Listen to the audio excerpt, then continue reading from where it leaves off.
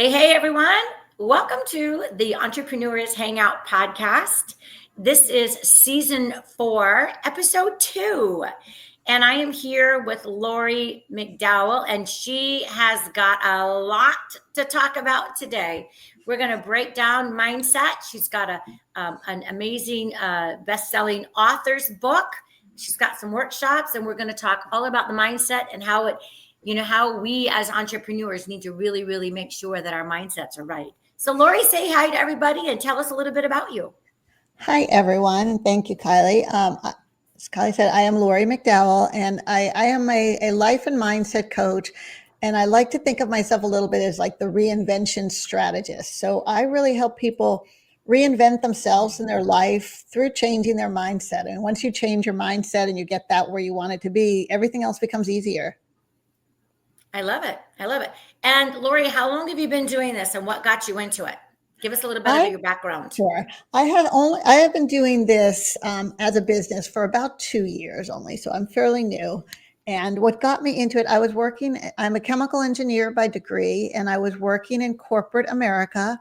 And I tell the story in a lot of detail, but I'll spare the detail. But one day my company decided they no longer wanted my services. And they told me this at a complete surprise with no notice. And I realized after I got over the initial upset that I was just really happy about this, that I didn't want to work there and I didn't want to work for anyone else. And I wasn't really living my purpose. So I decided to reinvent myself and figure out what I wanted to do. And I realized I wanted to help people find joy and fulfillment in their life and their careers. So I started doing that. Well, there you go. Everything does happen for reasons, as we know. Mm-hmm. Yes. So how long ago was that? That was about 2 years ago. Oh, okay. There you go. Okay. Yeah. Okay, good. And so tell me a little bit about what made you decide, first of all, how long ago did you write your book? I started writing my book right after I got fired. It was actually the first thing I decided. I always wanted to write a book. So I had been collecting things to put in the book. I had a folder full of writings. And when I realized I never had the time to write a book, and suddenly I had time. So I started writing the book. So the book came out, it was released last June. So it's been out about 7 months or so. Well, congratulations. Is it on Audible? It's on Audible. It just came out on Audible last month. It's on Audible. It's on Amazon. It's on barnesandnoble.com. Good for you. Congratulations. I've got a credit, so maybe I'll have to check it out. I'll check it out on Audible. Yes, that would be great. That is awesome. Yeah, it's not my voice. I decided to get someone who I like their voice better to read it. But I would not be doing my own reading. That is for darn sure. Not with this voice. So that is great. So give us a little bit. Do you want to talk about the book?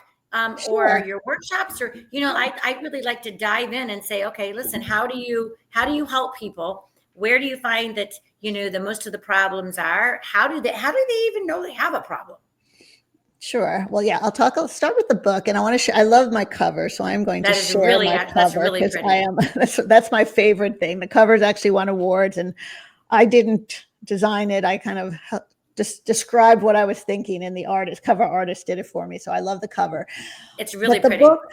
The book is called The Reinvention Mindset. And I realized when I was thinking about what I wanted to write, that there were people who really inspired me because they had horrible, horrible things happen to them. And yet, instead of falling apart or being bitter, they came back and they did these amazing things that helped so many other people, that changed the world, just things that were really inspiring. And I knew a lot of these people, and I wanted to find out how come they're able to do that, where so many other people just either, they're bitter, they're angry, they never recover, or they recover, but they just go back to their old ways. So I interviewed some of these people, and what I realized was that they had a lot of things in common. They had a lot of traits, a lot of things that they did, and a lot of traits in common, and that the things they did weren't necessarily, anyone could do it. Anyone could learn if they knew what they did. And I realized I had some of those things. So really the book is looking at people who are, maybe they had something off in my coaching as well, but the book and my coaching and my workshops are, they're not necessarily for the people who have had the most horrible experiences, although they can help those people as well. They're more aimed at people who their life is just not what they want it to be. Their business is just not, or their career is just not there. So it's successful. They can do it forever. And they just kind of are living this they're getting successful results, but they're working so hard. They're getting burned out. They have no time for themselves. Their health is suffering.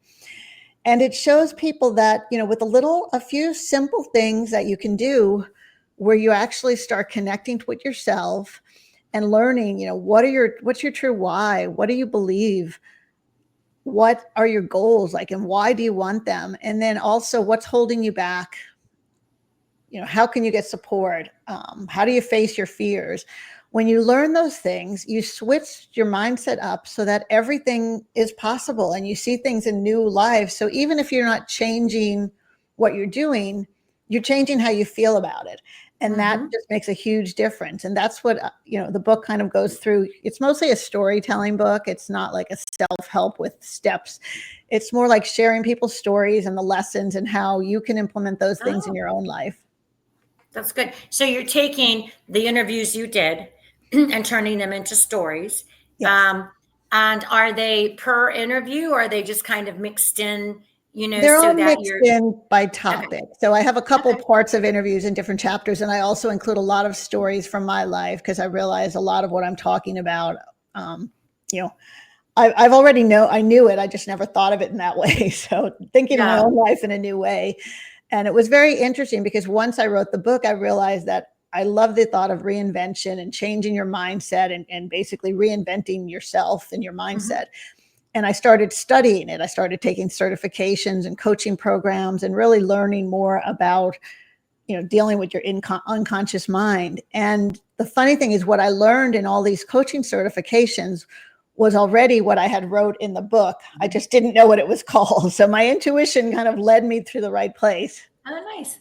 Good. So would you want to give our listeners like a little bit of a glimpse into perhaps maybe there is a topic, maybe there is, something that they can actually say like, okay, listen, this is that topic that we talked about today. And that's making sense, because mindset is so big and everybody's got their own, their own struggles. Everybody's got their own struggles. Right. It could be, a subconscious problem, or it could be, hey, listen, I just really have no confidence, or it could be, whatever. It just, do you have something that maybe like either sticks out or something that maybe one of the most, I'm going to say popular topics, but the most topics that seem to come up? Sure. Yeah. One of the topics is we often limit ourselves, and we limit ourselves because we don't believe that what we want is possible.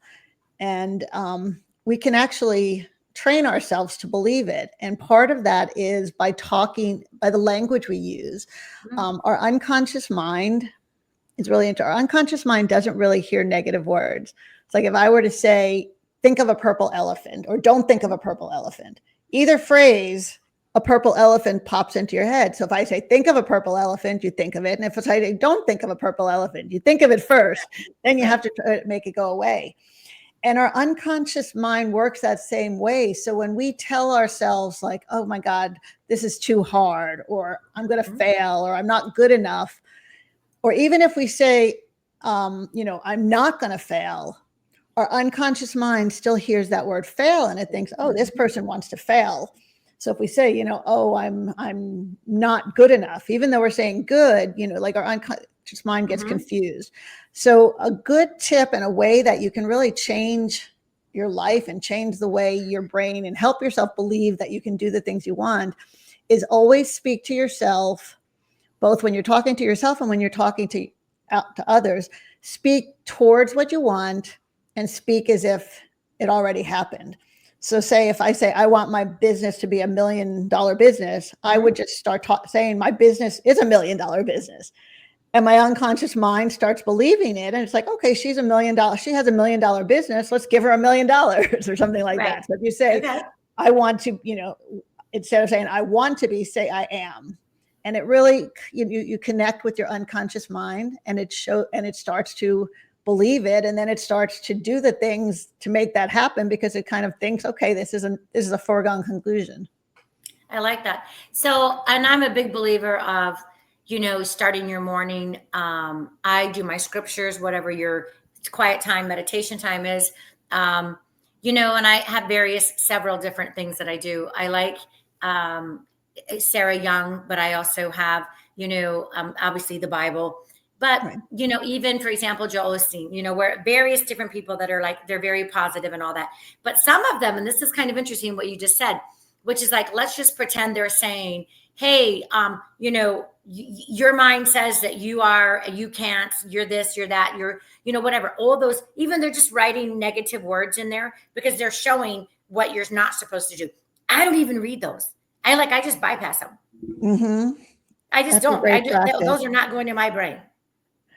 Anything that's like negative, I just like, that's not me. So I'm not going to read that part, really, honestly.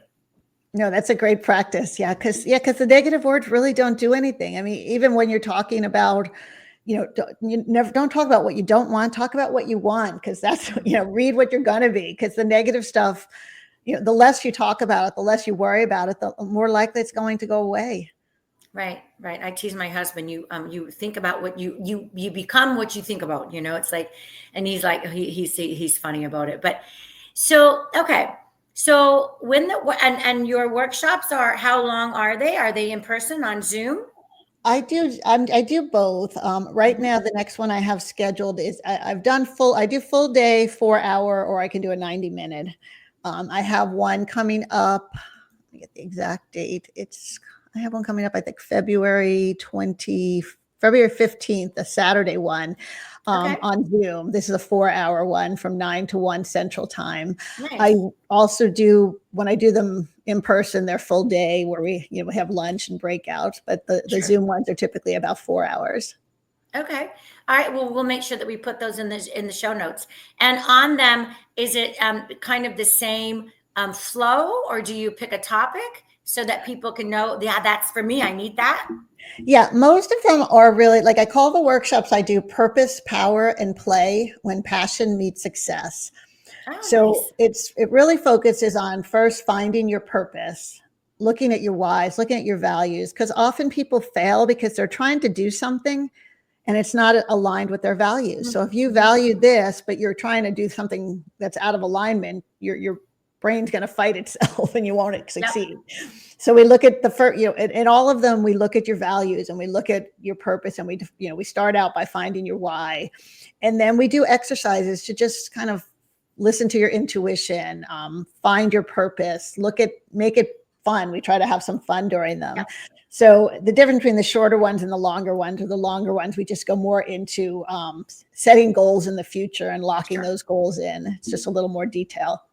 Sure. That's awesome. So it's funny. I've got my Business in a Box program, and I've had it since 2010. It's evolved in a lot. I've got a very specific Department of Corrections portion of it, because I help the reentry community. And with them, I had to change around a lot of things because they don't have access to online stuff until they get out. So and the two sets, the two first modules are, before we even do anything, is mindset, and now it's kind of interesting because other clients just can have it, and they have it online, and then it comes to me, and then we talk about it. And with the reentry community, they had access, and so they're writing in their tablets or in their workbook, because I turned it into a workbook. But then when they get out, they actually get to start working on their business. And a lot of them, it's kind of great because it's like, well, I forgot my program in there, right? Like they forgot their workbook, right? And I'm like, I'm actually glad you did, because I think when you're in there and in it, you have no clue until you can get out and free your mind up a little bit and get into some more positive space. So I said, that's great. We're just going to be starting it over. And that's what we do. And I always ask them, hey, what was it like the one you did inside, which this is exactly the same, and the one you're doing now that we're after we've been talking, it's like night and day. Mm-hmm. Yeah, I think that's what I mean. experiencing it is totally different than just thinking about it or writing about it. So that's why I love the workshops, because they're experiential. You actually, you're not just thinking about it, but you're doing it and you're sharing it. And we have an intuition exercise where people just learn to listen to their intuition with no guidance. So I put people in a room and I just have them like look at each other and figure out what comes to them. It's so amazing how accurate it is, how everybody says, wow, they hit exactly what I was thinking about. So experiencing like that, it's completely different. You can't imagine what it's going to be like when you're just thinking about and writing about it until you're actually out there. Yeah. So speaking of intuition, don't you think that people maybe just don't have the confidence to think that their intuition is correct? Or maybe it's like an imposter syndrome, or just like, okay, listen, if you have an intuition, just using this as an example, and you say, well, that wasn't a good idea, or that's no, I'm getting an intuition, that's maybe not what I should do, or it's not a, whatever it might be, they second guess because maybe they feel that they don't have that confidence. Definitely. Yeah. I think it's two things. One, people always question their intuition. Like, and I even still do that, where I'll be doing something and I'll get a thought and I'm like, oh, how do I know that? That's not right.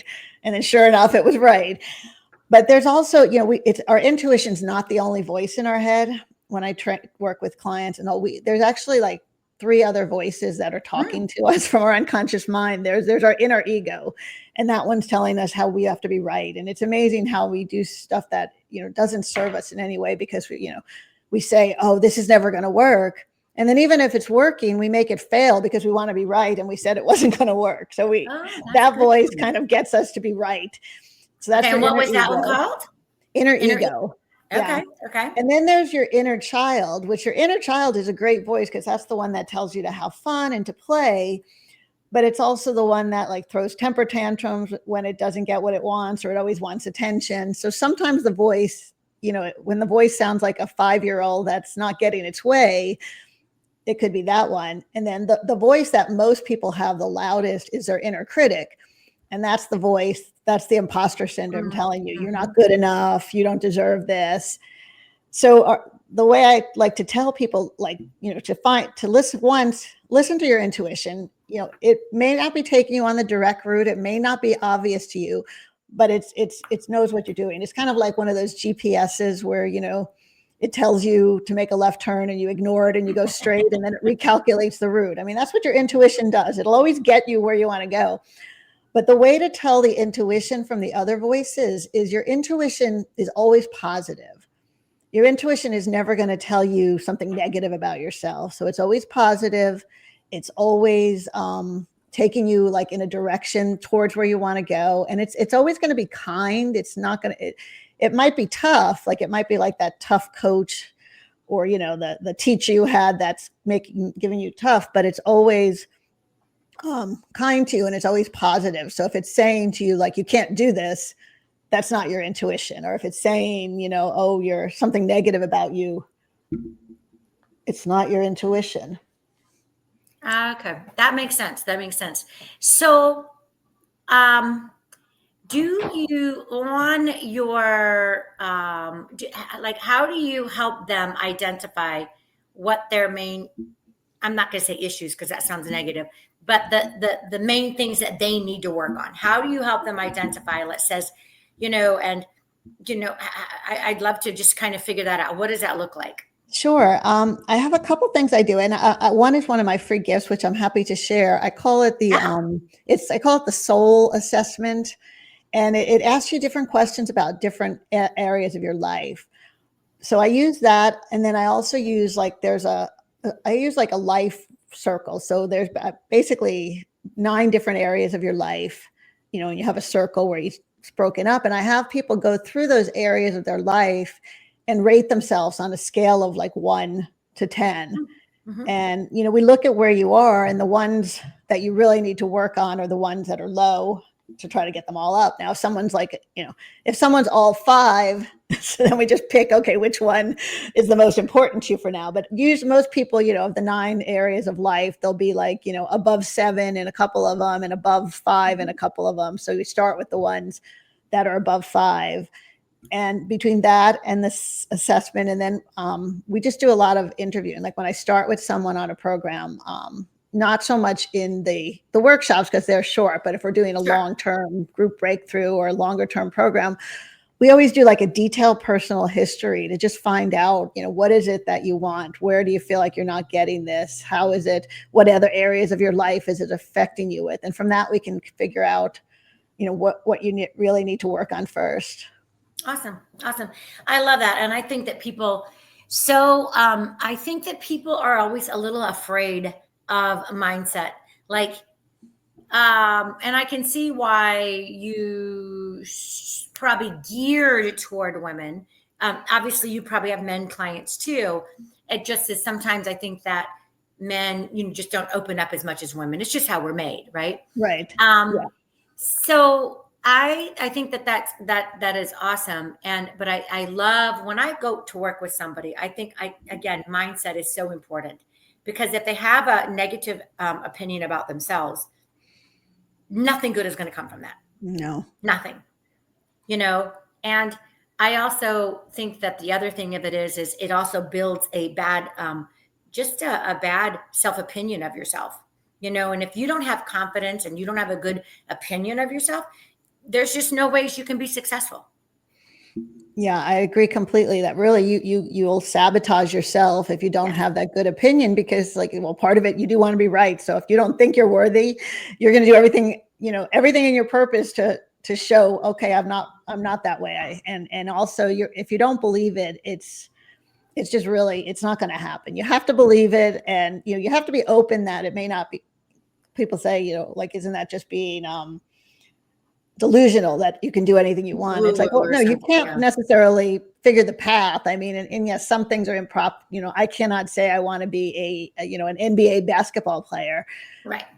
But I wouldn't want to be in it. That's not my goal. So things may not always happen the way you think they're going to happen. But if you put them out there and if you truly believe them, I mean, the universe is going to try to give you those things, because that's the way it works. You're attracting what you believe. So this is kind of interesting. You just kind of made a joke, and it's about a basketball player, right? And I think, do you ever do you ever come across how can I help this person be realistic as well? For example, let's use the basketball player, right? Okay, whether if they were 6 foot tall, maybe. And if they were athletic and played ball in school, well, then, okay, maybe you could. But if you're, 5 feet tall and never played ball, it's probably not going to happen.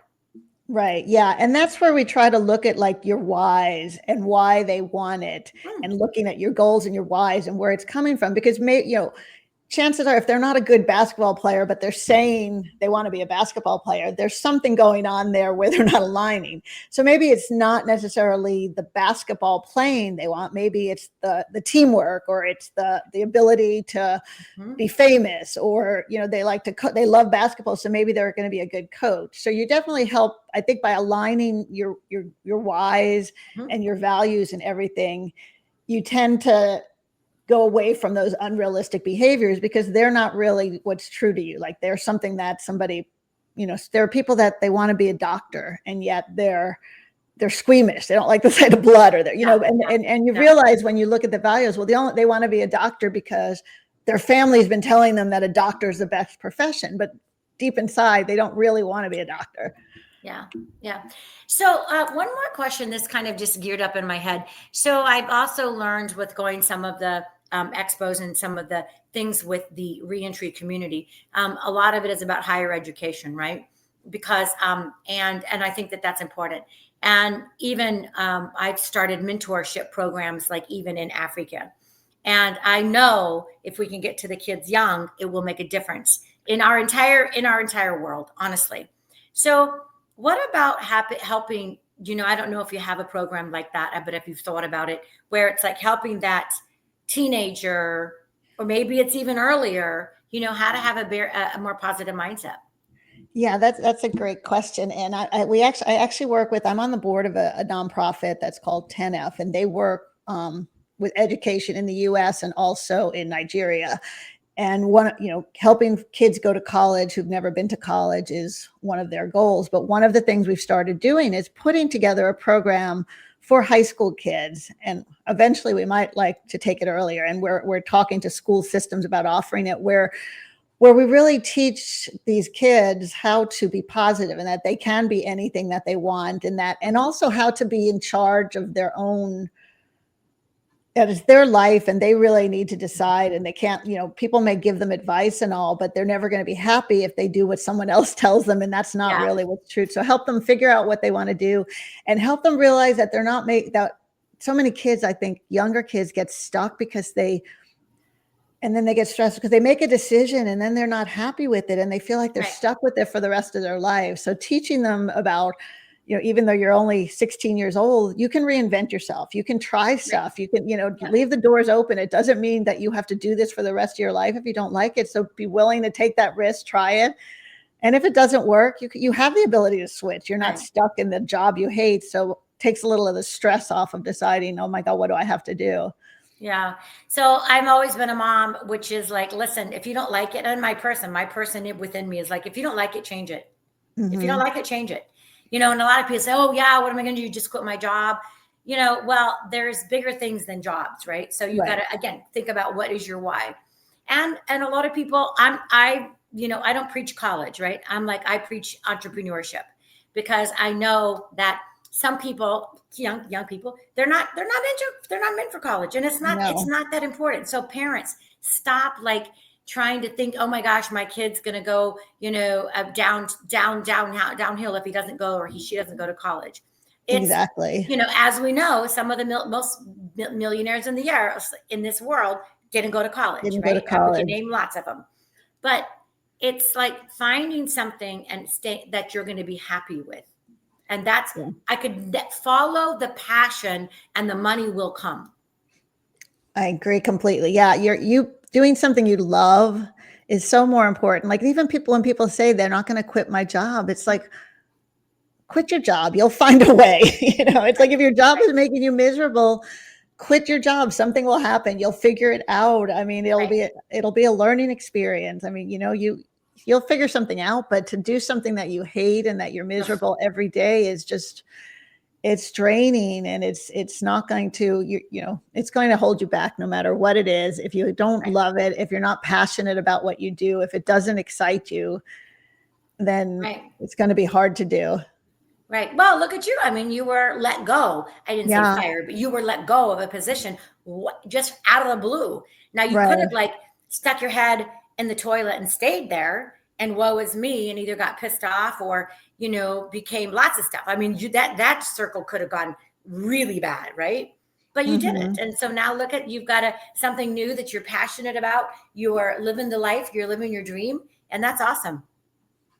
It is. And people don't realize, what's really important. I mean, even money, money's important, but money's not the most important thing. I have a son in college who's, he's got all these big plans, and he wants to make money, and he keeps looking at what jobs and what kind of businesses he can start that make the most money. And I'm like, that's fine as long as you love that job. But if you do that, I mean, there are a lot of really miserable billionaires in the world, and multimillionaires. Yeah. Lori, thank you so much. We will make sure that if you give me the link to your course in February, then I'll make sure that we put it in there and promote it for you. So that would be great. And I know that you and I are going to be able to have some conversations about, stepping into some of the programs that I teach. I think that would be a really great benefit to those that are taking it. Okay. Thank you. Yeah. Thank you, Kiley. This was great. Thanks. All right, you guys, this. So bye for now. And if you're interested in being a host on the Entrepreneurs Hangout, please hit me up in Messenger. I tape these every Wednesday at 3 p.m. EST. So bye for now, and do something wonderful today.